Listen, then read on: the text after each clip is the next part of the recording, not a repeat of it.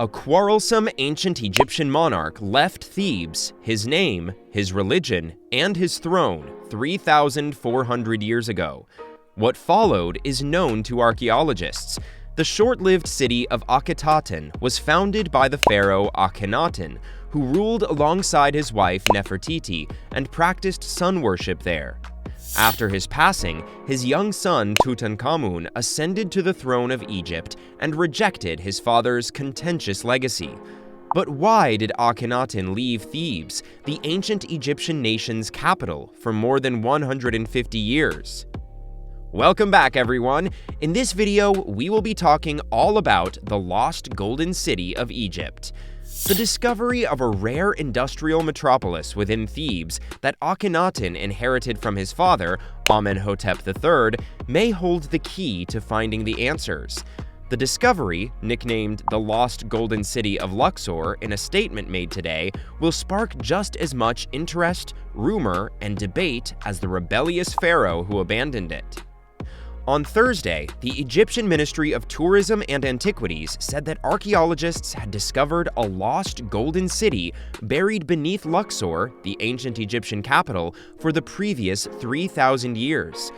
Amenhotep III, the grandfather of King Tutankhamun, who ruled from 1391 to 1353 BC, constructed the city, which was formerly known as the Rise of Aten.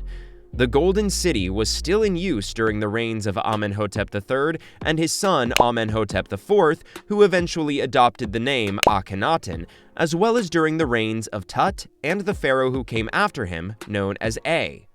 Despite the city's extensive history, historical records claim that it was the site of King Amenhotep III's 3 royal palaces and the largest industrial and administrative center in Luxor at the time. Archaeologists have been unable to locate its ruins until recently.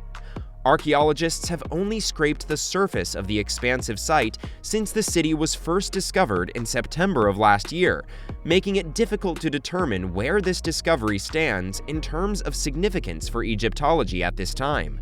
But researchers are impressed by the state of preservation discovered so far. There's no doubt about it, it is a phenomenal find, says Salima Ikram, an archaeologist who leads the American University in Cairo's Egyptology unit. It's a snapshot in time, an Egyptian version of Pompeii.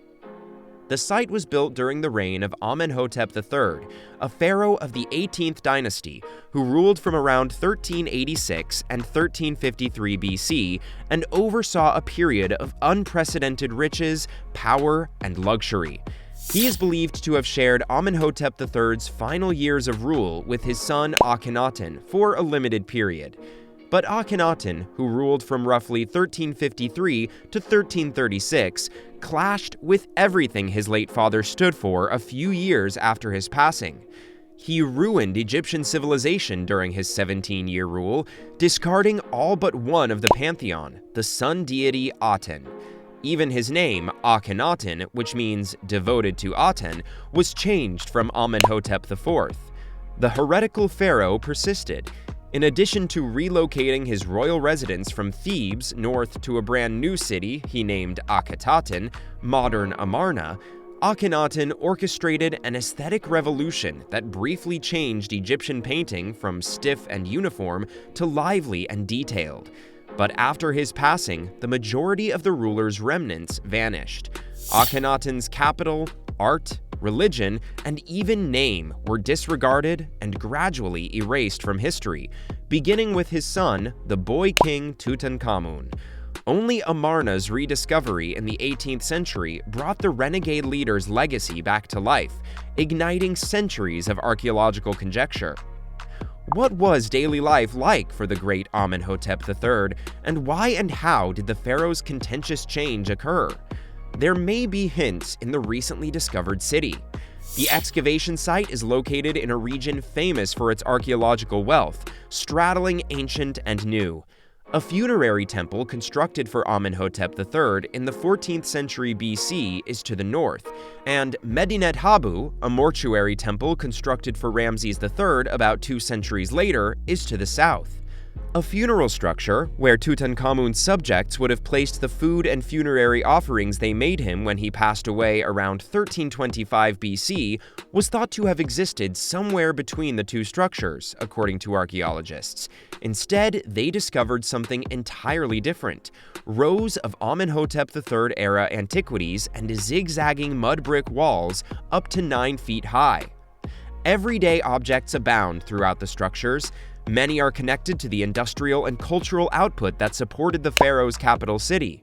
Homes where workers may have resided, a bakery, a kitchen, things used in manufacturing metal and glass, structures that appear to be associated with administration, and even a cemetery with rock-cut tombs are there.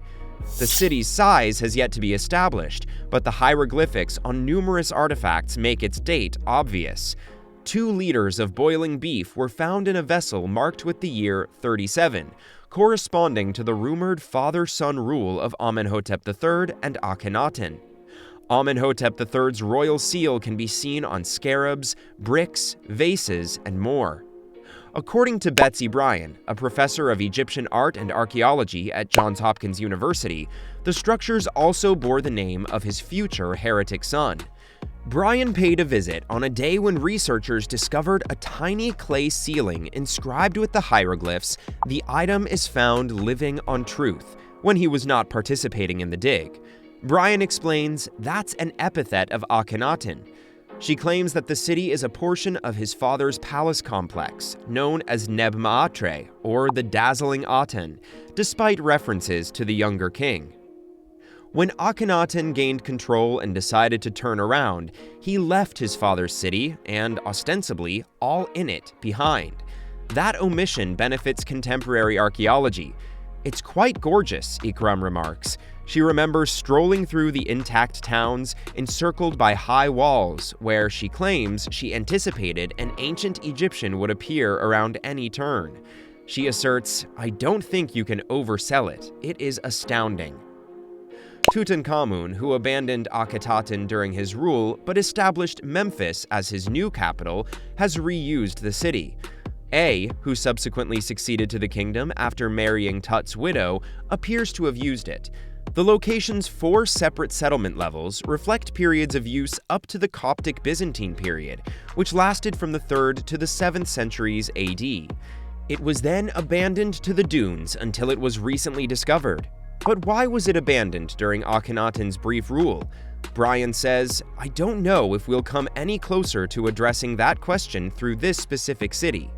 More details concerning Amenhotep III, Akhenaten, and their family will be revealed. Although it's still early, connections will become more prevalent. Even if the recently found city might not reveal any answers to the enigma surrounding the renegade pharaoh, it will give a more accurate depiction of the life he left behind. The archaeologists had discovered 6 neighborhoods after 7 months of digging. The crew also found the ruins of a bakery in the southern section of the city, which featured a kitchen with ovens and ceramic storage bins for food preparation and cooking. According to the statement, the huge kitchen undoubtedly served a sizable clientele. Archaeologists discovered a district of administrative and residential buildings with larger, well-organized units in another partially buried portion of the dig. The region was walled off by a zigzag fence, an 18th dynasty-era architectural style, and there was only one entrance leading to the residences and interior passageways. According to the statement, this single entrance most likely served as a security mechanism, giving the ancient Egyptians control over who entered and exited this area. A location where mud bricks, which were used to construct temples and annexes, were produced was also discovered by archaeologists. The group saw that these bricks were sealed with King Amenhotep III's cartouche. The team also discovered numerous casting molds used to create amulets and decorative items, showing that the city had a busy manufacturing line that produced decorations for tombs and temples. The archaeologists discovered industrial instruments, such as those used for spinning and weaving, all across the city. They also discovered slag from the production of metal and glass, but they still needed to locate the factory that produced these items. for directing the Egyptian mission that discovered the hidden Golden City close to Luxor in 2021, renowned Egyptian archaeologist Zahi Hawass was awarded the most significant archaeological find. At a ceremony in conjunction with the 24th Mediterranean Exchange of Archaeological Tourism in Paestum, Italy, Hawass was presented with the honor. The award bears the name of the late Syrian archaeologist and director of antiquities at the UNESCO World Heritage Site of Palmyra, who was assassinated by terrorists from Daesh in 2015 for refusing to reveal the whereabouts of priceless artifacts.